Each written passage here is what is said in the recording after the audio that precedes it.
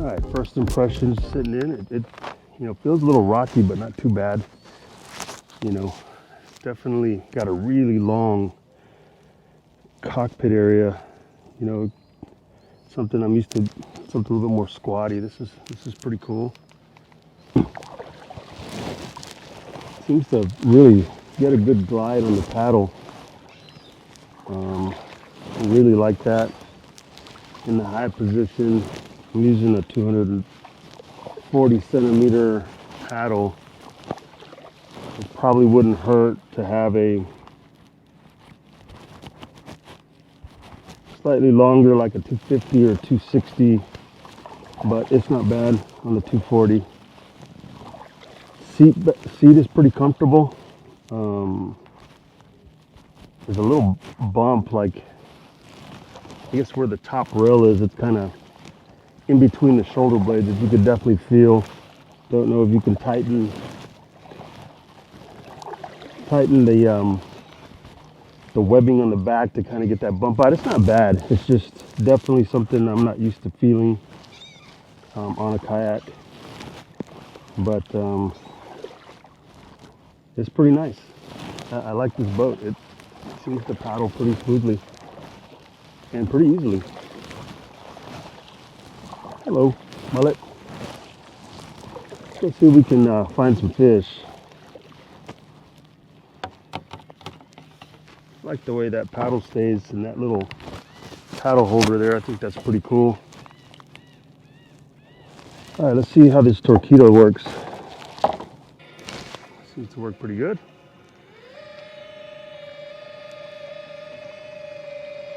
It's a little slop in the steering. I could fix that.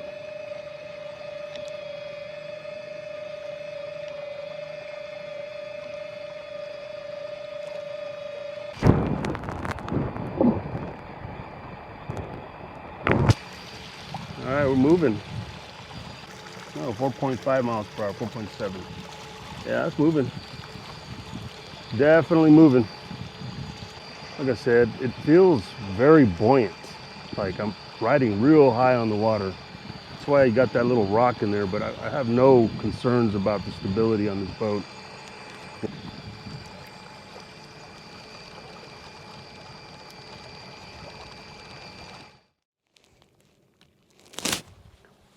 All right, I just want to give you guys a good idea of, I'm right here, very shallow.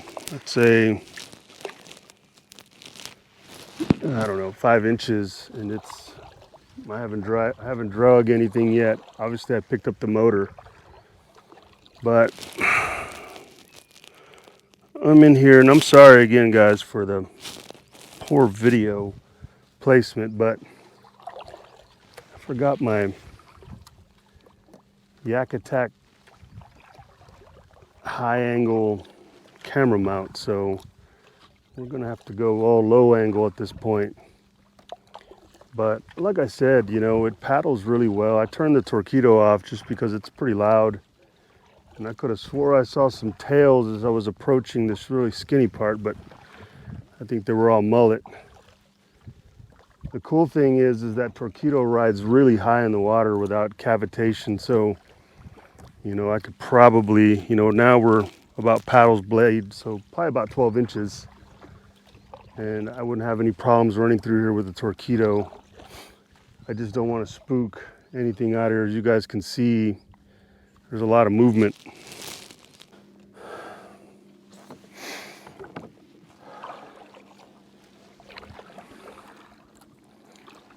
All right. So I'm going to go ahead and try to stand up on this thing, see how it does. How easy is it to get up on. I'm in the high position in this guy. Yeah, that's really easy and clean. Feels stable. Good height to the water.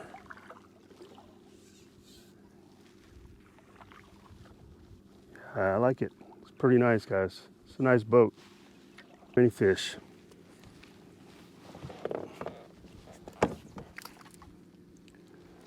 Let's get down, get a little bit more low profile. What I'm looking for is tails and scales. You know, we're still in about 6 inches of water right now in this little marshy area. And when these fish get back here, man, they're in here pretty thick. It usually has to happen when the water's up for some time. And there has been water up for some time, so I think it's now starting to recede, and sometimes they'll get trapped back in this hole. So, all right, guys, my whole point to this is to show you the boat, but I also want to see if this boat catches fish, and I caught one, but I forgot to hit the record button. I thought I hit the record button, but I took a photo. So let's see if we can get another one on the board here. Again, I'm looking for tails and scales, y'all. Yeah, there's a fish over here. His back came out of the water. I don't know if you guys saw that or not. Probably not. But we'll get closer. It's the good thing about not having a pedal drive is that these are super quiet. The problem is when you're in skinny water, these paddle strokes, these fish can see your paddle strokes coming up.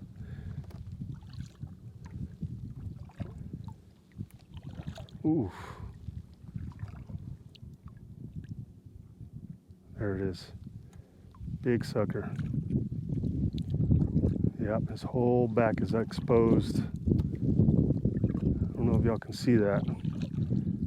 I just need to get a little closer to getting casting range. That's how skinny these fish are, man. They're not the fish, but the water that they're in. Where are you at? Where are you?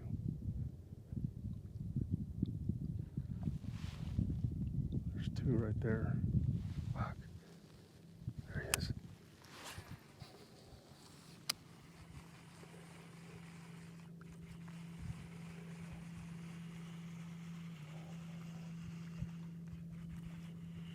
Oh, got him. Holy shit.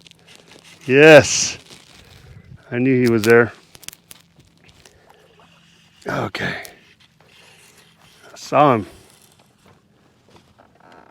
If you're wondering what I'm doing here, this water's so shallow, I'm poking down with my toes to keep the boat stable. At the same time, able to turn the boat towards the fish. Come on.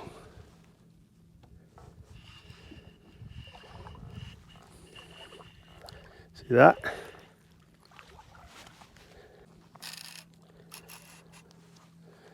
Hold on, my wife's texting me.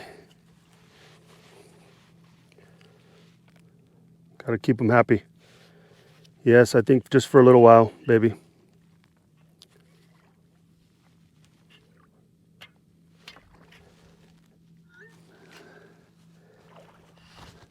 That's how you do it.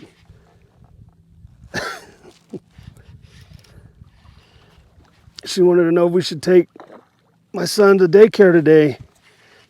And I told her for a little while. I think got to go to Houston today. Come on. All right, she's ready. Oh, this is a nicer fish than the first one I got. So I'm not too bummed about missing that.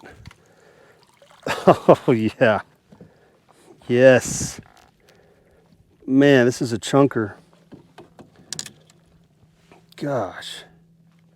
He inhaled it almost to his crushers, thank God. Wow. This is the time, man. This is it. This is beautiful. Look at that guy. Thank you, God. Thank you, fish. And it's times like this where I just forget about the world behind me, man. And this is why I've got to do this at least once a week. No guide trips, no stores, no employees. It's just me and this guy right here. All right, guy, I'll let you go. All right. Nice. Nice.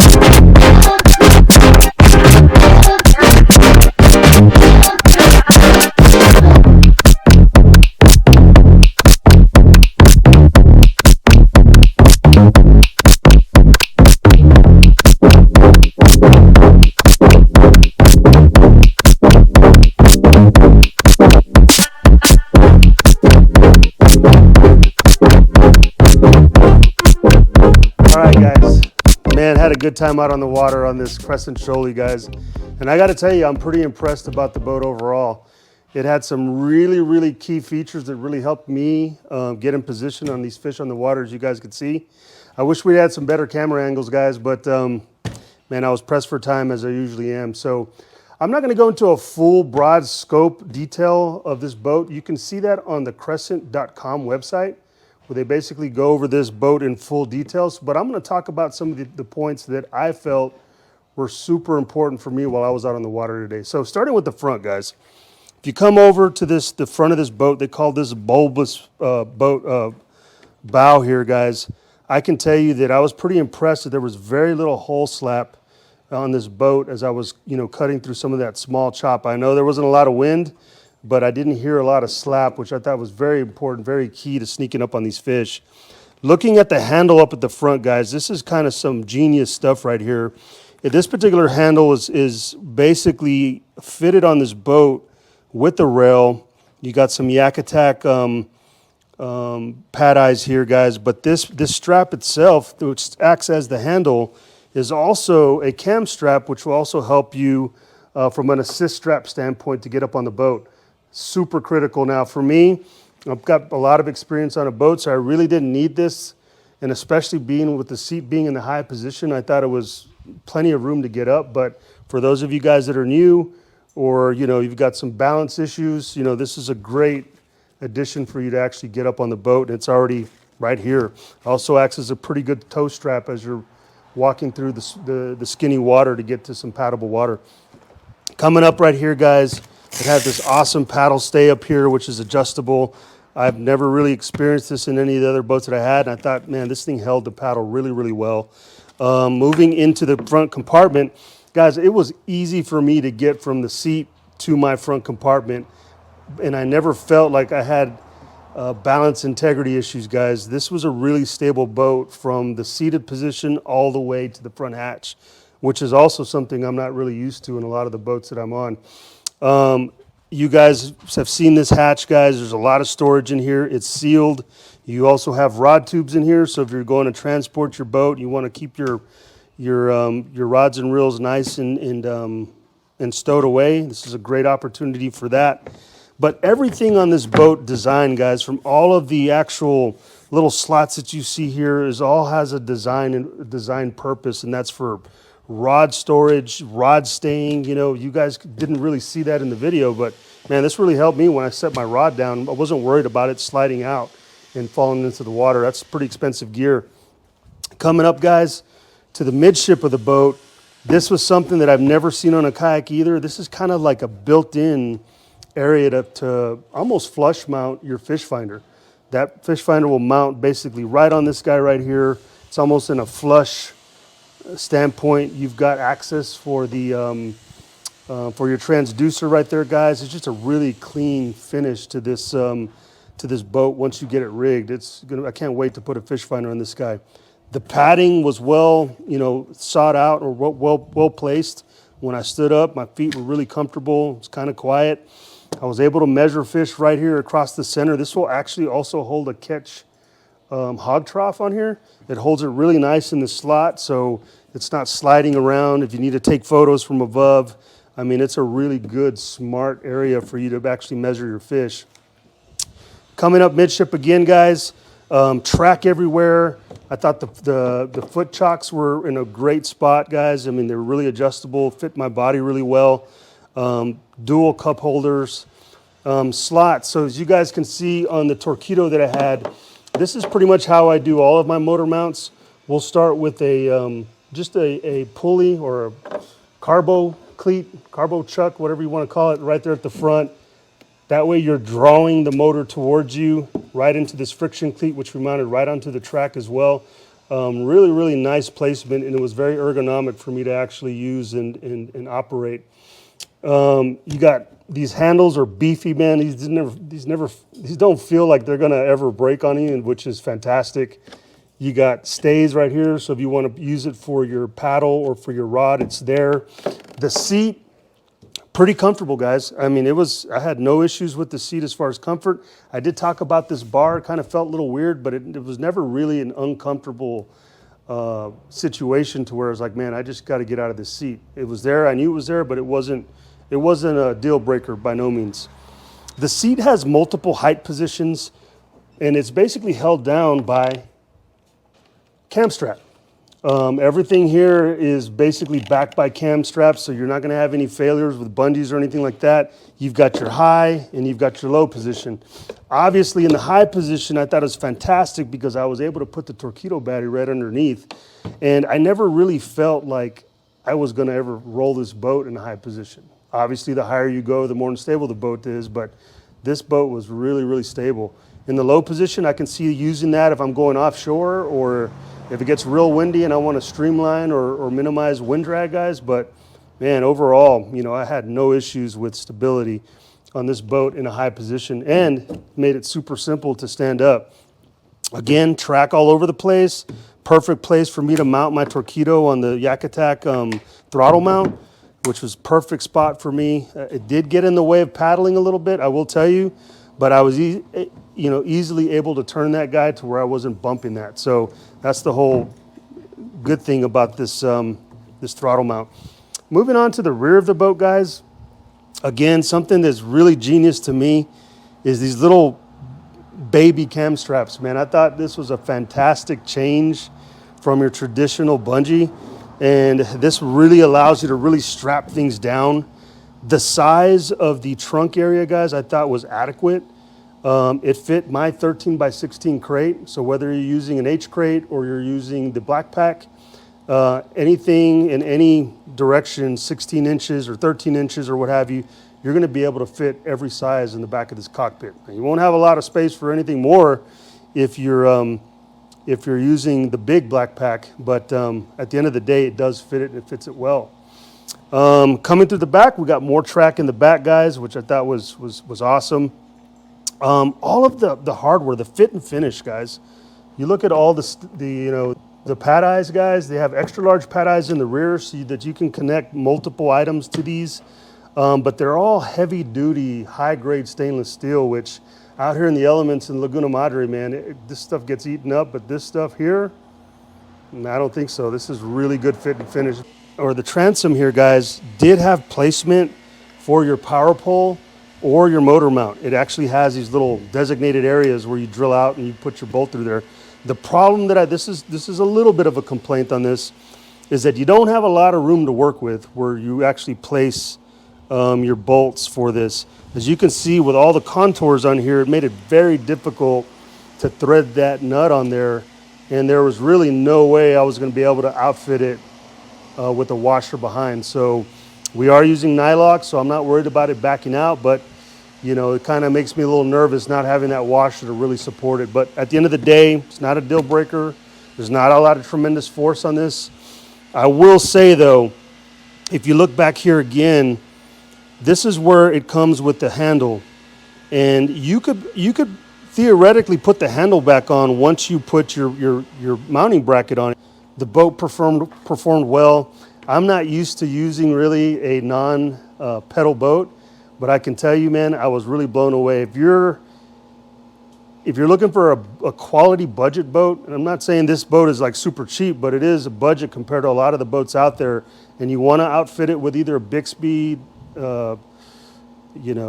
Torqeedo or Newport, this boat does a fantastic job. As you guys can see, my top speed on it was 5.3 miles per hour. I think that's faster than any of the other boats I've put that Torqeedo on. So super happy overall with it, guys, and I think you will too. Guys, if you're interested in getting a Crescent boat, feel free to reach out to our store, one of our stores. We're taking pre-orders on them right now. We're going to basically carry all the lineup. Guys, with that being said, thanks for watching. Thanks for listening. And if you have any questions, feel free to reach out. Other than that, we'll see you later. Tight lines.